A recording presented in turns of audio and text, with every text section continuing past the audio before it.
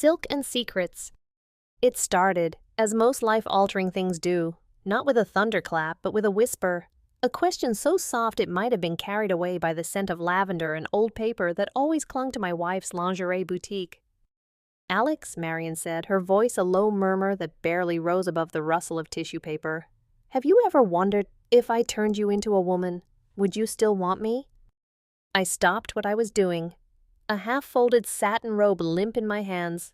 The shop was closed, the late evening sun casting long, dusty fingers of light across the hardwood floor. We were surrounded by her creations, mannequins draped in silks the color of jewels, racks of lace delicate as spun sugar, and drawers filled with secrets held together by thread and wire. My life was not this. My life was spreadsheets, quarterly reports, and the predictable hum of an office server room. I was an IT manager. I dealt in logic, in absolutes. I was the sturdy, reliable anchor to her beautiful, chaotic ship. I laughed. It was a nervous, uncertain sound that felt too loud in the quiet space. What kind of question is that? She didn't laugh back. She looked up from the box she was packing, her eyes the color of warm honey holding an intensity that made the air feel thin. Marion was a creator, an artist whose medium was fabric and fantasy. Her mind worked in ways I could only ever admire from a distance. Sometimes her flights of fancy were charming, like the time she insisted we have a picnic on the roof in the middle of winter. Other times, they were unnerving, like now. "It's a serious question," she insisted, her gaze unwavering. She tilted her head, a cascade of dark curls falling over her shoulder. "Think about it, the dynamics, the power, the understanding. Wouldn't it be interesting?" "Interesting isn't the word I'd use," I mumbled, turning my attention back to the robe. It was a deep sapphire blue, cool and impossibly smooth under my fingertips. I folded it carefully, my movements suddenly clumsy. I think terrifying is a little closer to the mark. "Fear is just excitement without the breath," she quoted, a favorite saying of hers. She stood up and walked over to me, her bare feet silent on the floorboards. She took the robe from my hands and placed it in the box, her fingers brushing against mine. The touch was electric, a familiar spark that now felt charged with a new, strange current. She circled behind me, her hands coming to rest on my shoulders. I could feel the warmth of her breath near my ear as she spoke again, her voice dropping to a conspiratorial whisper. "It's just a thought experiment, my love, a game. Imagine all the things you take for granted, the weight of your clothes, the way people look at you, the space you take up in the world. What if it was all different, y'all?" I swallowed hard, my throat suddenly dry. The truth was, I had never given it a moment's thought. My world was built on a foundation of sameness. Wake up, commute, work, commute, eat, sleep. I was Alex, a man, a husband, 30 years old. These were facts, as solid and unchangeable as the concrete of our apartment building.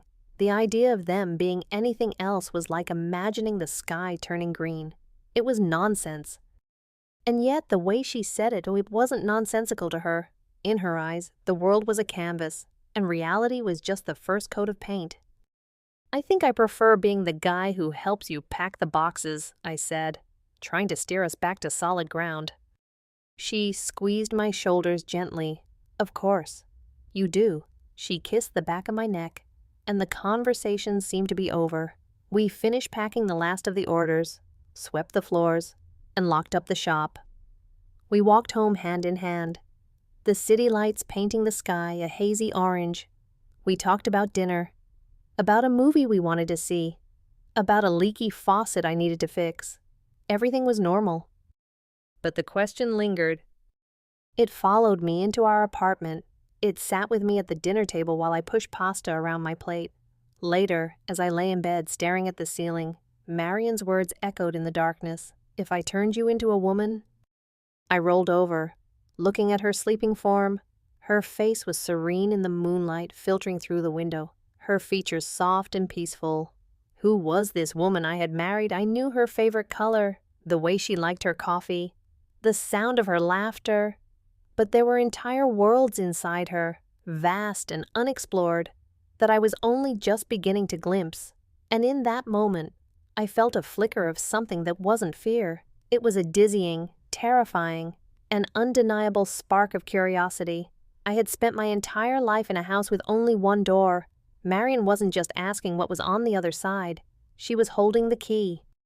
And a small secret part of me, a part I hadn't even known existed until that very second, wondered what it would feel like to turn the lock. A week passed. The question remained unspoken, a ghost hanging in the air between us. Life went on in its predictable rhythm, and I almost convinced myself it had just been another one of Marion's whimsical, fleeting thoughts. I was wrong. It happened on a Friday night. I had just come home from work, loosened my tie, and was ready to collapse onto the sofa for a few hours of mindless television. Marion met me in the living room, a strange, excited energy humming around her. She was holding a large, elegant black box tied with a silver ribbon. "I have a present for you," she said, her smile both radiant and mischievous. "It's not my birthday," I replied, sinking into the cushions. "It's for a new project," she explained, setting the box on the coffee table. "A unisex line. I need to see how the materials drape on a different frame, a male frame, for research." I eyed the box with suspicion. "Marion, I'm an IT manager, not a mannequin." "Oh, you're so much better than a mannequin," she purred, sitting beside me. She began to untie the ribbon with a theatrical slowness. "You can give me feedback. You can tell me how it feels." The lid lifted, and my breath caught in my chest. Nestled in layers of black tissue paper was a collection of fabric that seemed to drink the light from the room. There was a delicate bralette and matching panties made of the finest black lace, so sheer they looked like smoke. Beside them lay a pair of thigh-high stockings with a lacy garter belt and, folded neatly, a robe of heavy, liquid-like black satin. I stared at it, my mind a complete blank. My world of code and cables had no vocabulary for this. It was beautiful, terrifying, and utterly alien. "You can't be serious," I whispered, my voice hoarse. "Just for a little while," she coaxed, her hand finding mine. Her touch was warm and reassuring. "No one has to know. It's just us. A game. For my art. Please." Alec. Looking into her hopeful, pleading eyes, I felt my resolve crumble. How could I say no? It was for her work, her passion. Refusing that felt like rejecting a part of her, and that secret, curious part of me, the one that had been quietly stirring all week, was now wide awake. "Fine," I sighed, the word feeling like a surrender, "but just for research." Her face lit up. "Wonderful, go get changed in the bedroom. I'll wait out here." I carried the box into our room like it was a bomb. Closing the door behind me, I felt my heart hammering against my ribs. I undressed slowly, my own clothes a sensible button-down shirt, trousers, socks feeling suddenly coarse and clumsy. I stood in my boxers, staring at the contents of the box spread out on our bed. I started with the panties. The lace was impossibly soft, cool against my skin, but the sensation was jarring. It was a feeling of profound wrongness, yet my body responded with a shiver that was not entirely unpleasant. Then came the bralette. Fumbling with the clasp at the back was a challenge. I finally managed it, the thin band tight against my ribs, the delicate cups empty and foreign against my flat chest.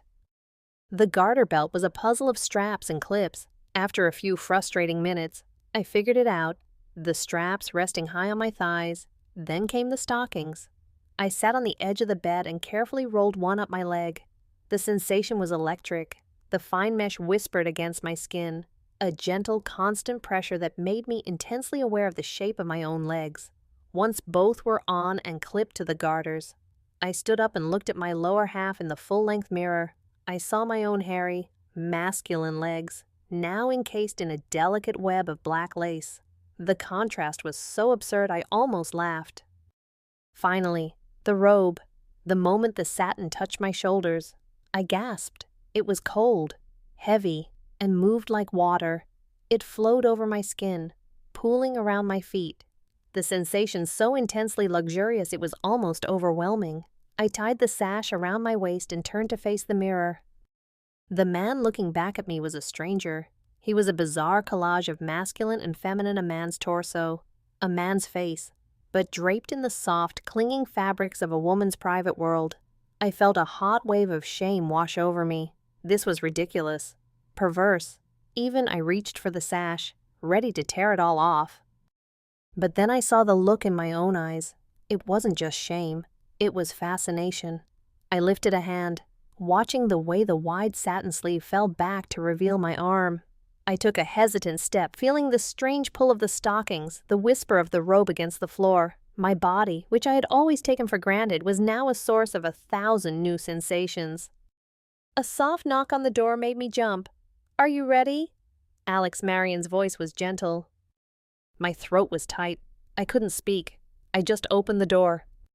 She stood there, her eyes wide. She didn't smile. Not at first. She just looked at me, her gaze traveling from my face, down the line of the satin robe, to my legs in their sheer black stockings. Her expression was one of genuine, artistic appreciation. It wasn't mocking or teasing, it was being reverent. "Oh, Alex," she breathed. Stepping into the room, she walked around me, her fingers lightly tracing the satin on my back. The drape. It's perfect. She came to stand in front of me and reached out, her thumb gently brushing against the lace of the bralette peeking out from the robe's neckline, and the way the lace lies. She looked up at my face, and now she was smiling. "You don't know, do you?" she said softly. "You're even more alluring in this than my models." Her words hit me with the force of a physical blow. Alluring. It was a word that had never been applied to me in my entire life. I was reliable, steady, kind. I was not alluring, but standing there, wrapped in satin and lace, with my wife looking at me with an expression of pure captivation. I felt a flicker of that forbidden power she had spoken of. The shame was still there, a hot coal in my stomach, but it was now mixed with a dizzying, exhilarating thrill. The game was only supposed to last for an evening, but as she led me out into the living room, a new suggestion fell from her lips. "We should do this again tomorrow," she said, her eyes gleaming in the dim light, with better lighting, for photographs. And I, lost in a sea of new sensations and confusing emotions, didn't say no. The game, as Marion continued to call it, did not end that night. It became our secret ritual. It wasn't every night, but it was frequent enough that the initial shock began to wear off, replaced by something far more complex, a sense of routine, and even anticipation. The research pretense was maintained, at least verbally. "I need to see how this silk charmeuse moves," she would say, pulling a long, silvery nightgown from a bag. Or, "I'm experimenting with a bias cut on this slip dress. I need to know if it pulls." Each new garment was a new lesson in sensation. I learned the difference between the whisper of chiffon and the cool weight of crêpe de chine. I discovered that some fabrics cling, outlining every contour, while others float, creating a soft, ethereal silhouette.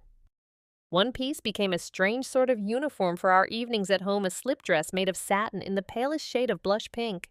It was simple, cut with a clean V-neck and spaghetti straps, falling just to my knees the first time I put it on. This sensation was transformative, unlike the overtly sexual nature of the black lace. The pink slip felt different. It felt soft, domestic. I wore it while we watched movies on the sofa, the smooth fabric a constant, gentle reminder against my skin. I would curl up, instinctively pulling my legs underneath me in a way I never did in my usual jeans and t-shirt. Marion would watch me, a quiet, knowing smile on her face. She never pushed me to talk about it. Not at first. She simply created the space for it to happen, observing as my posture began to change, my movements becoming less angular, more fluid. "You're carrying yourself differently," she commented one evening as I walked from the kitchen with 2 glasses of wine, the hem of the pink slip whispering around my knees. "It's the dress," I said quickly. "It's restrictive." "Is it?" she asked, taking a glass from me. "Or does it just make you more aware of how you move?" She was right. Of course, I was intensely aware of the space I occupied, of the line of my shoulders, the placement of my feet. I started catching my reflection in the dark screen of the television or the glass of a picture frame. And for a split second, I wouldn't recognize myself. The shape was softer, the outline less defined. This growing familiarity bred a new kind of curiosity. I began spending more and more time in front of the full-length mirror in our bedroom. At first, I would only look when I was dressed in one of Marian's creations. I would analyze the image with a kind of detached fascination, like a scientist studying a strange new specimen. That's a man's body in a woman's dress. Look at the broad shoulders, the solid torso. But slowly, the detachment began to fade. My gaze would linger. I'd turn to the side. Watching the way the satin draped over my back, I'd run a hand down my side, from my ribs to my hip, feeling the unfamiliar sleekness of the fabric. The man in the mirror was still there, but I was starting to see someone else, too. A shadow, a possibility, a softer, more graceful version of myself, hiding just beneath the surface. One night, as I stood before the mirror in the pink slip, Marian came and stood behind me, her arms wrapping around my waist. We stared at our reflection together. "What do you see?" she asked softly. I hesitated, the truth feeling too dangerous to speak aloud. "I see me in a dress." She rested her chin on my shoulder, her eyes meeting mine in the glass. "I see you," she agreed, "but I don't think you're seeing it all yet." I felt a surge of defensiveness. What's that supposed to mean? "It means," she said, her voice gentle, "that you keep telling me how comfortable these clothes are." "They are," I insisted. "The fabric is nice. It's relaxing." Her smile was sad and wise. She turned me around to face her, her hands cupping my face. "It's not about comfort, Alex, it's about honesty." The word hung in the air between us. Honesty. What did she mean? The implication was terrifying. A chasm opening up at my feet. The game was supposed to be a fantasy, a temporary escape, but her words suggested something far more permanent, far more real. "It's just a game, Marian," I whispered, my voice trembling slightly. "Is it?" she whispered back, her gaze searching mine. "Or is it the first time you've stopped playing one?" That night, I couldn't sleep. I lay awake long after her breathing had deepened into a steady rhythm. The pink slip was folded neatly on a chair, but I could still feel its phantom touch on my skin. Honesty. The word was a splinter in my mind. For 30 years, I had been Alex, steady, logical, predictable Alex. It was a role I had played without question. But what if it was just that, a role? What if the man who wore suits and fixed leaky faucets was the costume, and the strange, graceful creature in the mirror, draped in satin and secrets, was the one who was real? For the first time in my life, I felt a profound and terrifying fear of my own feelings. It wasn't a game anymore. I didn't know what it was, but it was no longer just a game. The transition from fabric to face was a line I never thought we would cross. Clothes were one thing. They were a costume, a temporary skin I could shed at the end of the night. But makeup was different. It was a mask that didn't hide your face, but changed it. It started, as always, with Marian's gentle, irresistible persuasion. "The new collection has a very specific color palette," she explained one Saturday afternoon. "Jewel tones, sapphire, emerald, amethyst. I want to do a photo shoot for the website, and the model's makeup has to be perfect. I need a practice canvas." My excuses were ready on my tongue. I have to work on the car. I need to sort out the finances. But looking at her, sitting at her elegant vanity table, the afternoon light illuminating the countless pots, tubes, and brushes like a sorcerer's workshop, my objections died in my throat. The quiet curiosity had grown into a persistent hum, a need to know what lay on the other side of that next door. "Okay," I said, my voice barely a whisper. "Just to help you out." She patted the velvet stool in front of the mirror. "Sit," she commanded softly. The feeling of sitting at her vanity was a transgression in itself. It was her sacred space, smelling of perfume and powder. I looked at my reflection in the large, illuminated mirror. My face was a map of my life as a man, a strong jaw, the faint shadow of a beard even though I had just shaved, the beginnings of crow's feet from years of squinting at computer screens. "Close your eyes," Marian instructed. I obeyed, my heart starting its familiar, frantic rhythm. The first touch was a cool, damp sponge dabbing foundation onto my skin. It felt strange, like a second. Colder layer of skin was being painted on. The scent was faintly floral. I could hear the soft whisk of a brush. and I felt a feather-light dusting of powder across my entire face. The tickle made my nose twitch. "You have good skin," she murmured, her voice a mix of professional assessment and personal affection. "But this will even out the tone and get rid of the shine." Next came the eyes. A soft brush swept a shimmery, neutral color across my eyelids. Then, the most terrifying part. "Okay, hold very still," she whispered. I felt the delicate, sharp point of an eyeliner pencil tracing the edge of my upper lash line. It was an exercise in pure trust. The slightest flinch could have sent the pencil into my eye. But I remained perfectly still, my breath held tight in my chest. She drew a small, subtle wing at the corner. A tiny flick that, she explained, would lift the eye. The mascara wand was a peculiar sensation, a gentle dragging and combing that made my lashes feel suddenly heavy and distinct. Then she moved to my lips. The lipstick was cool and slick, gliding effortlessly. It felt waxy and unnatural, a foreign coating on my mouth. "All right," she said, her voice filled with satisfaction. "You can open them now." I took a deep breath and opened my eyes. And I forgot how to breathe. The person staring back at me was not Alex. It was someone else. The face was fundamentally mine, the same bone structure, the same eyes, but it was transformed. The foundation had softened the angles of my jaw. The subtle eyeliner and mascara made my eyes look larger, more expressive. The neutral, glossy lipstick gave my mouth a fuller, more delicate appearance. The changes were small, individually, but together they created an illusion that was staggeringly effective. It was a face that was softer, prettier, and undeniably more feminine. "It's uncanny," I breathed. "It's just lines and shadows," Marion said, her hands on my shoulders as she looked at our reflection. "Art is all about illusion." But the illusion felt dangerously real. This new face, this stranger in the mirror, felt plausible. He or she looked back at me with a quiet, questioning gaze. The experience was profoundly disorienting. I felt hidden, as if I were wearing a mask, but paradoxically, I felt more exposed than ever, as if a part of me that had always been invisible was now on full display. Marion, however, was not finished. She produced a box from her closet. Inside, resting on a bed of silk, was a wig. It was made of high-quality synthetic hair, a rich dark brown, cut into a shoulder-length style with soft waves. "The final piece," she said. With practiced ease, she tucked my own short hair into a wig cap, the tight elastic making my scalp tingle. Then, she settled the wig onto my head. The weight was immediate and surprising. The feeling of hair brushing against my neck and cheeks was completely alien. She fluffed the waves with her fingers, adjusting the part until it looked natural. "There," she said, stepping back. I looked in the mirror again, and this time, the shock was so profound I felt my stomach drop. The man was gone, completely. The combination of the softened features from the makeup and the frame of the long, dark hair had erased him.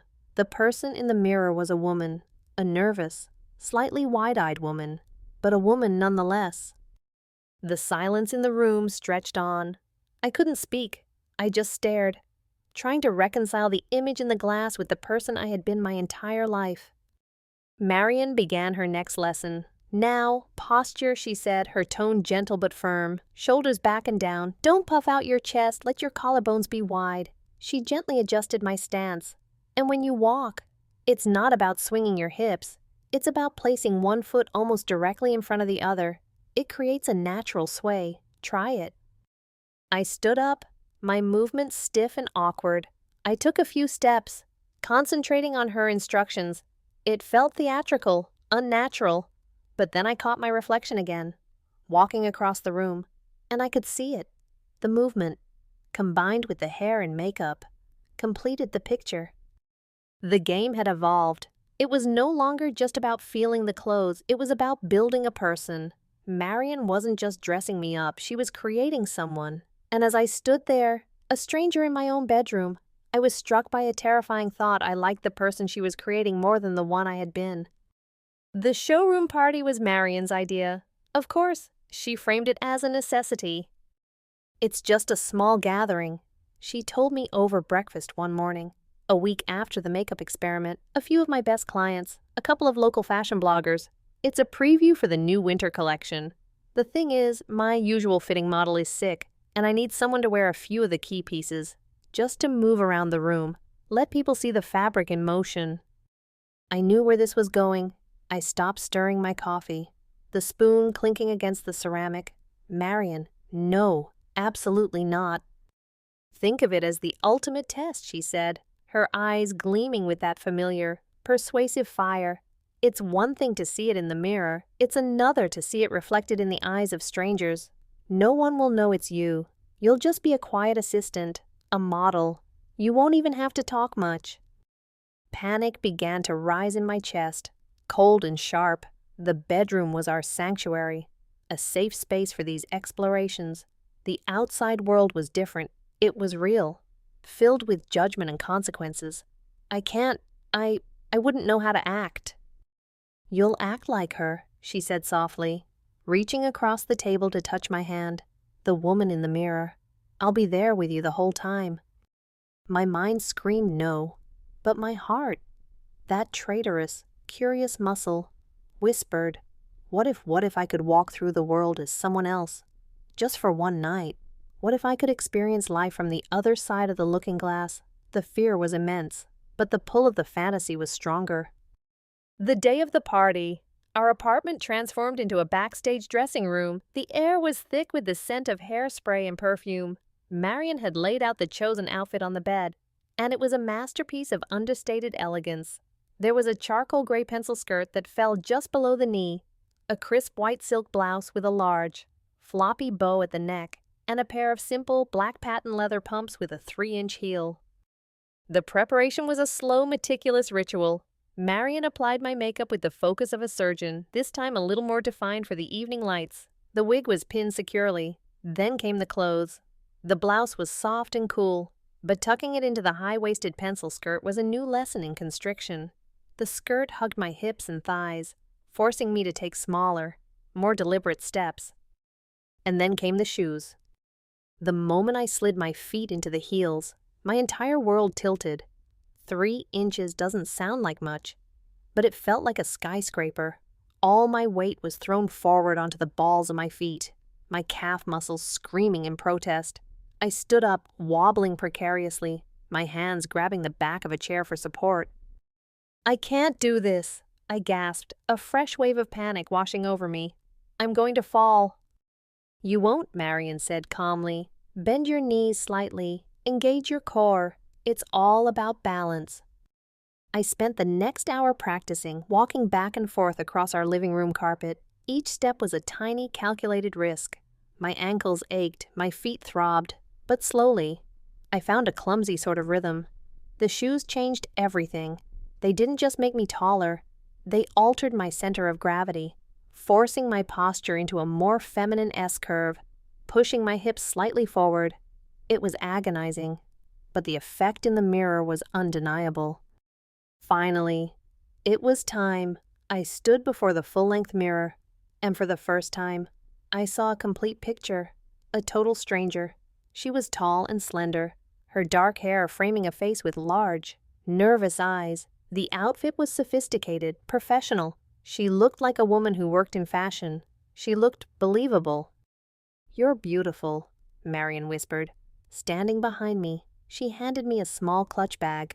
Now, let's go. The short taxi ride to the boutique was a blur of anxiety.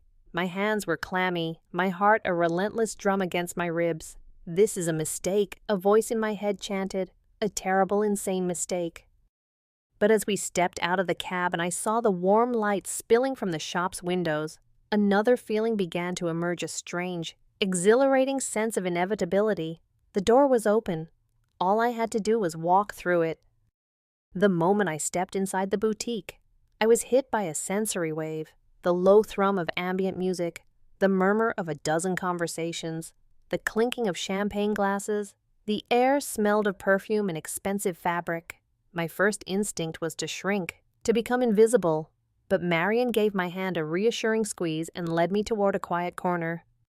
Just relax, she whispered. Mingle, pick up an empty glass now and then. Your name is Anna, if anyone asks. You're my new assistant. My throat felt like it was full of sand. I couldn't imagine speaking. I just nodded, my eyes darting around the room. People glanced at me, their eyes sweeping over me with casual appraisal before moving on. A woman smiled at me politely. A man nodded a brief hello. No one stared. No one looked twice. To them, I was exactly what I appeared to be, a tall, somewhat shy woman in a stylish outfit. I was part of the scenery. The anonymity was the most intoxicating, terrifying thing I had ever experienced. I spent the first half hour clinging to the edges of the room, my clutch bag held in front of me like a shield. I watched Marion work her magic, gliding from one group to another, a perfect hostess. I watched the guests admire the clothes, their fingers tracing the lines of a silk blouse or the beading on a dress. I was an observer, hidden in plain sight. Slowly, tentatively, I began to move. I walked over to a table and picked up a few empty glasses, my movements stiff and calculated. I focused on my steps, on keeping my balance in the tortuous heels. As I turned from the table, a man stepped into my path. He was older, well-dressed, with silvering hair and a confident smile. "Let me help you with those," he said, his voice smooth. He took the glasses from my trembling hands. "You must be new. I don't think we've met. I'm Mark." He was waiting for my name. My mind went blank. "Anna. Your name is Anna." "Anna," I managed to squeak out, my voice coming out higher and softer than usual. "It's a pleasure, Anna," he said, his smile widening. He wasn't looking at my face. His eyes were on the silk bow of my blouse. "That's a beautiful piece you're wearing. Marion has such exquisite taste." He leaned in a little closer, his voice dropping. "But it looks even better on you than it does on the mannequin." My brain short-circuited. He was flirting with me. This man, this complete stranger, saw me as a woman and was actively flirting with me. I was frozen, unable to think of a single thing to say. I just stared at him, my eyes wide. I gave a small jerky nod and a pathetic excuse for a smile. To my astonishment, he seemed to interpret my terrified silence as feminine coyness. He chuckled. "A woman of few words. I like that." Just then Marion appeared at my side, a radiant smile on her face. "Mark, darling, I see you've met Anna. Isn't she a godsend?" She placed a hand on the small of my back, a subtle gesture of ownership. "I'm afraid I have to steal her away. We have a small crisis with the canapes." She steered me away, leaving the man looking after us with a disappointed expression. Once we were out of earshot, she leaned in, her lips close to my ear. "Well," she whispered, a triumphant glint in her eyes. I stammered, my cheeks burning with a heat that had nothing to do with the stuffy room. "He was flirting with you," she finished for me, because he saw a beautiful, desirable woman. We had stopped near a large, ornate mirror on the wall, and I caught our reflection. I saw Marion, vibrant and smiling, and beside her, a tall, flustered woman with dark hair, her face flushed, and in that moment, seeing myself through the eyes of the people in that room, I felt it, a dizzying, disorienting surge of power. It wasn't the aggressive, overt power I was used to in my male-dominated office. It was a soft power, the power of being seen, of drawing the eye, of being desired. It was terrifying and utterly, addictively, enchanting. After the guests had left and we were alone in the quiet, disheveled shop, Marion came over to where I was leaning against a counter, my feet screaming in silent protest. She stood in front of me, her expression unreadable. "So," she said softly, "what did you think?" I looked at our reflection in the darkened shop window. I saw a man and a woman, I saw a husband and a wife, and I saw two women. All the images were true at once. "I don't know what I think," I answered honestly, my voice shaking slightly. She reached out and tucked a stray strand of the wig behind my ear, her touch impossibly gentle. "You see," she whispered, her gaze intense, "the world sees you as a woman, Alex, and when I look at you, I don't see anything wrong with that." A shiver traced its way down my spine, a perfect, terrifying cocktail of fear and fascination. The game had crossed a critical boundary. We had taken the illusion out into the real world, and the world had believed it. The problem was I was starting to believe it too. The party was a turning point. After that night, The pretense of it being a game or research began to feel thin, almost absurd. Something fundamental had shifted within me. The persona of Anna hadn't just been a costume I wore. She was an experience I had lived, and she didn't entirely disappear when I took off the wig and heels. Traces of her lingered. I found myself paying more attention to my appearance. I started using Marion's expensive moisturizer every morning and night, enjoying the ritual, the scent, the feel of it on my skin. I let my hair grow out a little longer than my usual severe cut, liking the way it softened the line of my neck. I even found myself adopting some of the mannerisms I had practiced sitting with my knees together, using my hands more when I talked. Marion noticed. Of course, she would watch me with a quiet, satisfied smile, but she never commented on it directly. Instead, she encouraged it in subtle ways. She started buying unisex-scented candles and soaps that were distinctly more floral than anything I would have chosen. She bought new, softer bedsheets and silk pillowcases, claiming they were better for our hair and skin. Our shared space was slowly, imperceptibly, being softened, feminized. At the same time, I began to notice other changes that I couldn't attribute to my own conscious actions. It started with my skin. It seemed all smoother, less coarse. The hair on my arms and legs looked finer, lighter. I dismissed it at first. I was just paying more attention. I told myself it was my imagination, influenced by the psychological intensity of my new secret life. But then came a sensation that was impossible to ignore. A dull, persistent ache in my chest. It wasn't a sharp pain, but a deep, tender sensitivity, centered around my nipples. It felt like a bruise, and it grew more pronounced with each passing week. I would press the area cautiously, a knot of confusion and anxiety tightening in my stomach. What was happening to me? I tried to talk to Marion about it. My chest has been feeling strange lately, I said one evening, trying to sound casual, sore. She didn't look up from the book she was reading. You probably just pulled a muscle at the gym, she said, her voice a little too quick, a little too dismissive. I haven't been to the gym in weeks, I countered. She finally looked at me, her expression unreadable. It's probably just stress. Then, you've been working too hard. Her evasiveness set off alarm bells in my mind. A new suspicion began to form, dark and insidious. I started paying closer attention to everything. I noticed how insistent she had become about making me a health smoothie every morning. She'd always been into nutrition, but this was different. She would blend a concoction of fruits, vegetables, and a mysterious vitamin powder, and watch me drink it, a strange intensity in her eyes. "What's in this, anyway?" I asked one morning, swirling the thick green liquid in my glass. "Oh, she said breezily. Spinach, banana, almond milk, and a special blend of supplements for energy and vitality." Her answers were always vague. The more I tried to pin her down, the more she would deflect. My anxiety grew. I felt like a stranger in my own body, adrift on a sea of inexplicable changes. My emotions felt closer to the surface. Too, I found myself tearing up during a sad movie, something I hadn't done since I was a child. I felt less angry, more prone to melancholy or sudden bursts of affection. I kept telling myself it was all in my head. I was 30 years old. Men don't just change.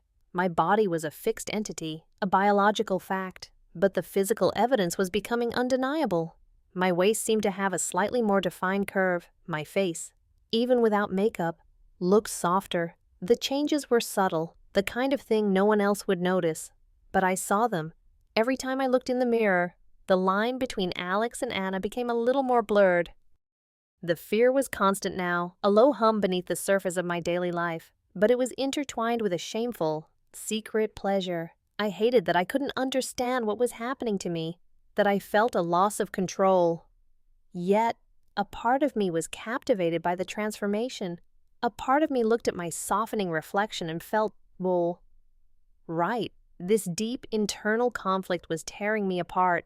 I was losing myself, and at the same time, I was terrified that I was finally finding myself, and I had no idea which one was worse.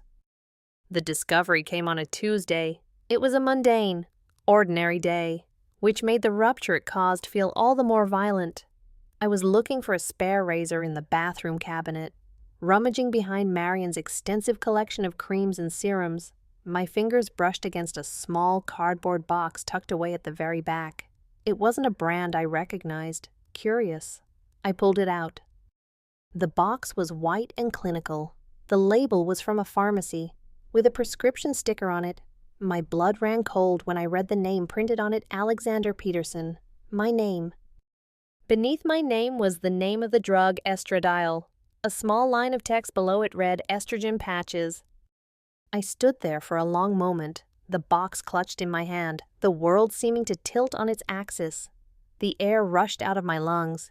It felt like I had been punched in the gut, the sore chest, the softer skin, the emotional shifts, the vitamin powder in my morning smoothies. It all clicked into place with a horrifying, sickening clarity. It wasn't my imagination. It wasn't stress. It was this. She had been drugging me.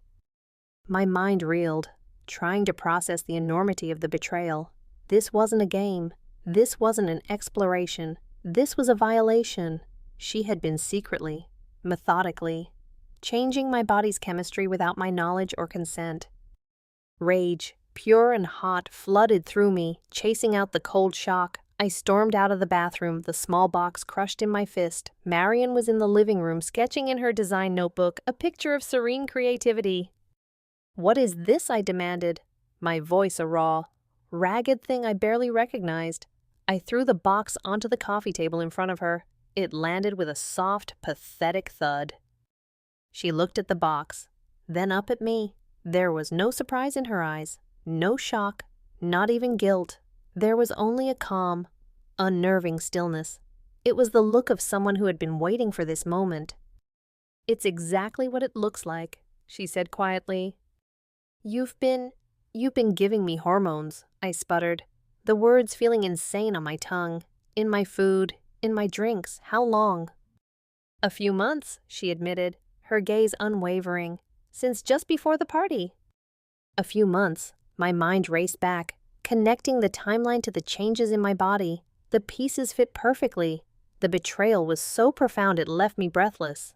"How could you?" I whispered, the rage collapsing into a hollow, aching sense of despair. "How could you do this to me? Marion, I trusted you." "I didn't do this to you, Alex," she said, and the calmness in her voice was the cruelest part. She stood up and faced me, her expression not of an antagonist, but of a gentle, misguided guide. "I did this for you." "For me?" I laughed, a harsh, broken sound. "You call this for me? You violated my body, my trust, everything. You lied to me every single day." "And you were lying to yourself every single day of your life," she countered, her voice rising with passion for the first time. "Don't you see I saw you, Alex, the real you, the person who was hiding inside, too afraid to even look in the mirror? You were miserable in your own skin, living this half-life of spreadsheets and gray suits. I saw the beauty and the softness you kept locked away. And yes, I gave you a push. I did it because I love you. I love the person you were always meant to be." Her words were a torrent washing over me, but I couldn't absorb them. All I could feel was the sting of her deception. "You don't get to decide who I was meant to be," I roared, my hands clenched into fists at my sides. "I didn't decide anything," she insisted, tears now welling in her honey-colored eyes. I opened the door, the one you were already standing in front of, too scared to touch the handle. Don't tell me you hated it. Don't tell me you didn't feel more alive, more yourself, in those clothes, in that skin, than you ever have before." Her words struck a nerve, a raw, exposed place deep inside me, because she was right. That was the most terrible, confusing part of it all. Beneath the anger and the sense of violation, there was a horrifying kernel of truth.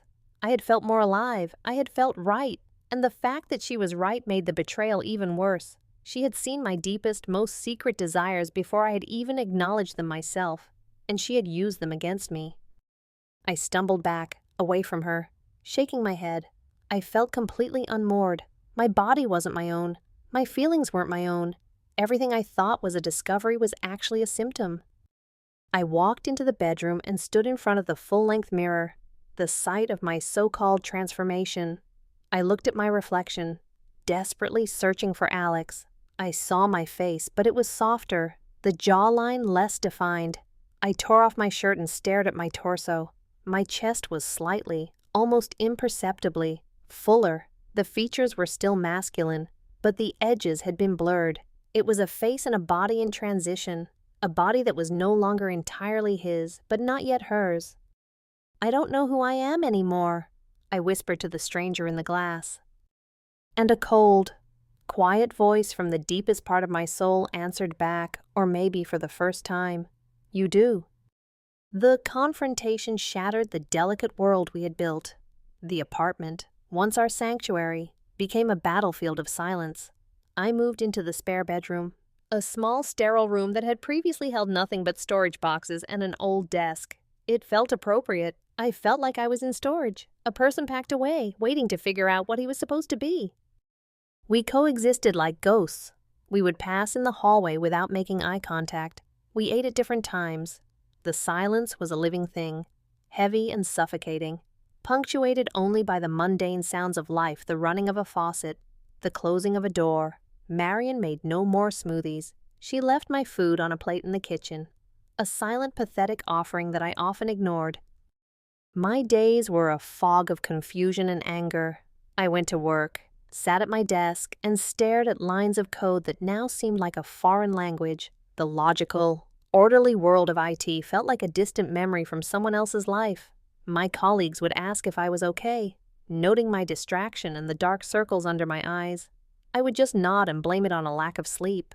How could I explain that my entire identity had been deconstructed without my permission?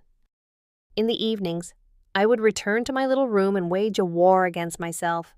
I tried desperately to reclaim Alex. I put on my old, comfortable clothes, jeans, hoodies, worn-out t-shirts, but they felt wrong. They felt like a costume. The fabric felt rough and abrasive against my newly sensitive skin.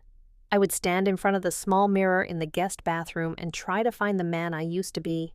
I would scowl, trying to harden my features, to bring back the sharp angles, but the face that looked back at me was still soft. The changes the hormones had wrought were not so easily erased. The anger was my anchor. I clung to it. It was the only thing that felt real. She did this to me. She violated me. I would repeat the words in my head like a mantra, stoking the fires of my rage because the alternative was too terrifying to contemplate. The alternative was admitting that a part of me wasn't a victim, but a willing, if unconscious, participant. One night, unable to sleep, I found myself drawn to her bedroom. The door was ajar. I pushed it open silently. Marion was asleep, her face tracked with dried tears. On the chair where I used to leave the pink slip dress, there was now a neat pile of my old clothes, the suit I wore on our first date, the sweater she'd bought me for Christmas. It was another silent offering, a way back, an apology. My gaze drifted to the closet. I opened it. Her side was a riot of color and texture. My side was a drab landscape of navy, gray, and black. But my eyes fell on a box on the top shelf, the box that held Anna.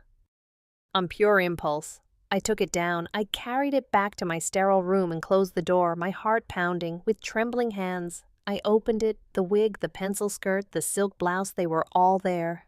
I lifted the white blouse. The silk was cool and smooth, a familiar, forbidden sensation. I held it to my face and inhaled. It smelled faintly of Marion's perfume and the lingering scent of the party. I was overcome with a wave of longing so intense it felt like grief. I missed the feeling of the fabric. I missed the challenge of the heels. I missed the soft power of being looked at. I missed the quiet grace of the woman in the mirror. I missed Anna. The realization hit me with the force of a physical blow, knocking the anger right out of me. I sank onto the edge of the bed, the silk blouse clutched in my hands.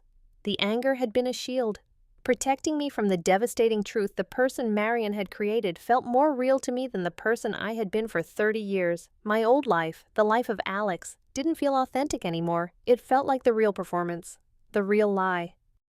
The conflict wasn't about what Marion had done to me. It was about what she had revealed in me. She had held up a mirror, and I was terrified of the reflection. I had lost something, but it wasn't my manhood. It was my ignorance. I could no longer pretend I didn't know what was on the other side of the door. I sat there for hours, the silence of the apartment pressing in on me. The storm of rage had passed, leaving behind a profound and quiet devastation. I was no longer Alex, but I wasn't Anna either. I was just lost. lost somewhere in the space between who I was and who I was becoming. And for the first time, I realized I couldn't go back. The only way out was forward. After 2 weeks of suffocating silence, I knew it couldn't continue. The anger had burned itself out, leaving behind the cold ash of acceptance. Not acceptance of what Marion had done, but of the truth she had unearthed. I was standing at a crossroads, and staying in this silent, lonely room was no longer an option. I found her in the boutique. Late one evening, she was sitting at her desk, staring blankly at a page of designs, a single lamp casting a lonely pool of light around her. She looked tired, diminished. When she saw me standing in the doorway, she flinched, as if expecting another round of anger. I didn't say anything. I just walked over to the desk. We stood in silence for a full minute, the chasm between us feeling vast and unbridgeable. "I'm not angry anymore," I said finally, the words quiet but clear in the still air. Relief washed over her features, so profound it was heartbreaking. Tears welled in her eyes, but she didn't let them fall. She just nodded. "I'm sorry, Alex," she whispered. "I was wrong. I was so wrong to do it that way. I was just so afraid you'd never find the courage on your own." "I know," I said, and I did. Her methods had been a betrayal, but her motive, I was beginning to understand, came from a twisted, desperate kind of love, a desire to see me whole, even if it meant breaking me first. She reached under her desk and pulled out a flat, white box tied with a simple cream-colored ribbon. She pushed it across the desk toward me. It wasn't a peace offering. I realized. It was a question. I untied the ribbon and lifted the lid. Inside, nestled on a bed of tissue paper, was a dress. It was made of a simple, elegant white linen with a boat neck, 3/4 sleeves, and an A-line skirt that fell to just below the knees. It was pure, unadorned, and beautiful. It was a blank slate. Underneath the dress was a small cream-colored card. On it, in Marion's elegant script, were 4 words: "If you are ready." And tucked beneath that card was another, smaller one. It held a single name. Alina. Alina. I said the name silently to myself. It felt soft, graceful. It felt right. It wasn't Anna, the persona Marion had created for a party. This felt different. This felt like a beginning. I looked at Marion, and for the first time in weeks, I saw a glimmer of the woman I had married, her hope, her artistry, her unwavering belief in transformation. "The dressing room is open," she said softly. I took the box and walked to the back of the shop. This time was different from all the others. There was no coaxing, no pretense of a game. This was a conscious choice. My choice. I stripped off my drab male clothes and let them fall to the floor. I didn't look at my body with confusion or analysis. I simply accepted it. I slipped the white dress over my head. The linen was soft, breathable, and honest. It wasn't the seductive whisper of silk or the theatrical shine of satin. It was simple, real. The dress fit perfectly, skimming my body with an easy grace. In the box, Marion had included a small makeup bag with just the essentials: a tinted moisturizer, a soft rose-colored lipstick, and a mascara. There was no wig. This wasn't about creating an illusion. I sat in front of the illuminated mirror and, for the first time, applied my own makeup. My hands were clumsy at first, but I moved with a strange new instinct, a touch of moisturizer to even my skin tone, a slick of mascara to define my eyes, which I now saw were large and expressive, and finally, a soft application of lipstick. I didn't follow any rules, I just did what felt right. When I was done, I stood back and looked at myself in the full-length mirror. And I saw her. It wasn't Alex in a dress. It wasn't Anna, the nervous party guest. It was the person who had been hiding in the shadows of the mirror all along. Her hair was still short, but it suited her face. Her features were a delicate blend of masculine and feminine, a unique and beautiful harmony. She looked calm, serene, and whole. She looked at me from the mirror, and I looked back at her. And for the first time, there was no conflict, no confusion.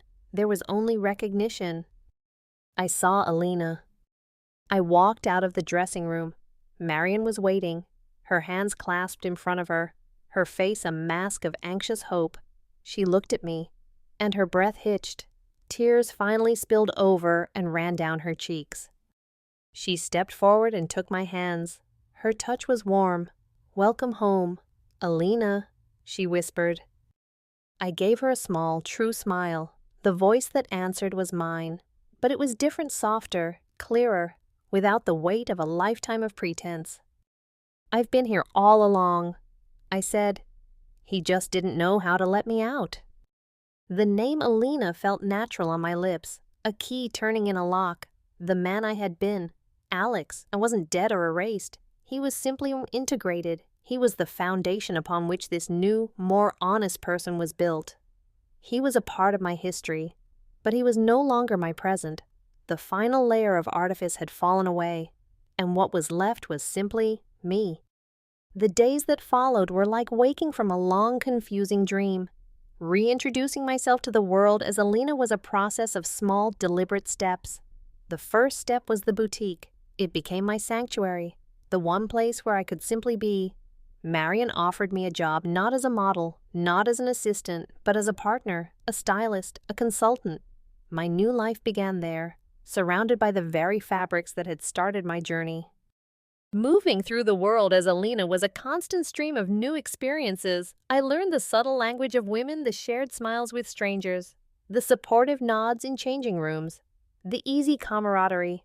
I also learned about the other side, the way a man's gaze could linger too long, the unsolicited comments, the casual condescension. It was a world of soft power and subtle threats, of community and competition. It was infinitely more complex than the straightforward, black and white world Alex had inhabited. I felt a nervous excitement with every new interaction, but underneath it all was a profound sense of peace. The constant, low-level static of discontent that had defined my life as Alex was gone. The feeling of wearing the wrong clothes, of playing a part I hadn't auditioned for, had vanished. In its place was a quiet, solid sense of self. This was right, this was me. Our relationship, Marion's and mine, was also being rebuilt, piece by piece. The betrayal had left a scar, but the honesty that grew from it was stronger than anything we'd had before. We were no longer husband and wife. We were something else, something uncharted. We were two women, bound by a shared, complicated history and a love that had been strong enough to survive a total reinvention of the self. There were nights of long talks, of tears, of rediscovering each other. The dynamic was different, more equal, more intuitive. The desire was still there, but it was softer, deeper, rooted in a complete and total understanding of one another. About a month into my new life, I was working the floor of the boutique alone. Marion was at a meeting with a fabric supplier. The afternoon sun streamed through the front window, illuminating the dust motes dancing in the air. I was adjusting a display of silk scarves when the bell over the door chimed. "Welcome," I said, turning with a practiced, friendly smile. My smile faltered for a fraction of a second. Standing in the doorway was Mark, the well-dressed man with the silvering hair who had flirted with Anna at the party. He smiled, a slow, appreciative smile of recognition. "I was hoping I might find you here," he said, his voice as smooth as I remembered. "Anna, wasn't it?" "It's Alina," I corrected him gently, my voice steady. The old panic, the deer-in-the-headlights terror I'd felt at the party, was gone. I wasn't playing a role now. There was nothing to be caught out on. "Alina," he repeated, testing the name. "It's even prettier." He looked around the empty shop. "I came by to see if Marion had that sapphire robe in stock for my wife. But I have to admit, I was also hoping for a second chance to finish our conversation." I felt a blush rise in my cheeks, but it wasn't one of shame or fear. It was a simple, warm blush of being flattered. He didn't see a man in a dress. He didn't see a secret or a lie. He just saw a woman he was attracted to. He saw Alina. I gave him a genuine, confident smile. It started slowly, a small curve of the lips that grew as I realized the truth of the moment. My old life, Alex's life, was a story that had reached its end. My time as Anna was a single, pivotal chapter. But this was the first page of a new book, and the story was entirely mine to write. "The sapphire robe is in the back," I said, my voice clear and sure. "Let me get it for you." A new chapter had begun. It was no longer a game. It was my life.